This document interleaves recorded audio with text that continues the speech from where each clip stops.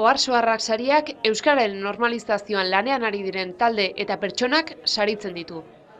4 urte daramatzate sari banaketa hau egiten, eta urtean zehar beste hainbat ekimen ere egiten dituzte. Guztiak pertsonak jomugan jarrita. Euskararen eguna bihar izanik, aitzakia paregabea zuten ostiralean sari hauek banatu eta euskaldunak elkartzeko.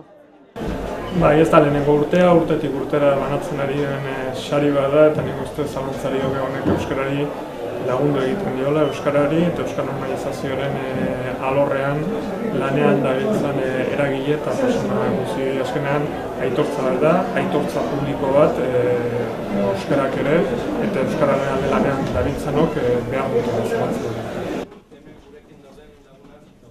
Gipuzkoako Foru Aldundia ere euskararen normalizazioan ari da lanean, eta ekimen honen eta halakoen garrantzia nabarmendu zuen.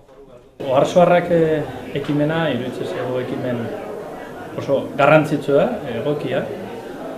Hain zuzen ere, planteatzen duelako euskararen normalizazioa personen arteko harremanen esparruan, ezta? Personai batzuen bizipenetan jartzen du, hau da, realitate fikziozko bat, baina realitatearekin antza handia duen parametroetan jartzen du, ezta?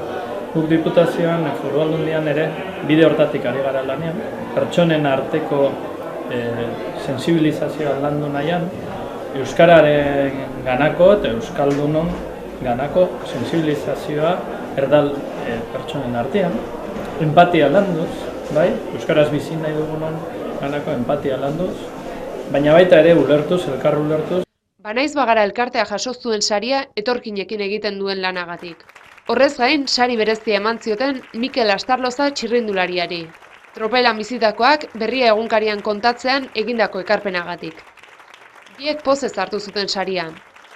Guk nahi duguna da hemengo euskaldunen komunitatearen parte bat izatea, ez? Beste elkartekin batera, beste jendekin batera, eta nolabait hori izan da pixkat komunitatearen parte sentitzea. Eta zentziontan poza handia. Gure taldea edo gure egitasmoa erabilean oinarrituta dago, hau da, euskara bizitzan eta elkar bizitzan erabiltzea. Astean behin biltzen gara, egiten dugu elkarrizketa, oinarrizko elkarrizketa txikiak praktikatu, eta aldi berrean parte hartzen dugu herriko egitasmotan. Azken finean beti biziketan ibiltzeatik jaso izan ditu sariak eta zer eta euskarari bultzatxo bat emateagatik sari duen izatea hori bada. Baina nik uste ni baino lan desente gehiago egiten dutenak ere badaudela eta sari banko baiesek izan beharko lirateke. Batez ere Frantziako turretik zutebeak idazten dituen hasieran Euskaldunon egunkarian eta gero Berrian. Eta pixka bat zen, txirrindulari batek tropelean setitzen dituenak edo islatzea edo egunkarian, eta egia esan irakurlea pozik edo agertzen zen, pixka bat kazitariak ez daukan ikuspuntu hori edo erakustetatik. Tarte paregabe izan zen euskaldunak bildu eta euskaraz gozatu ahal izateko.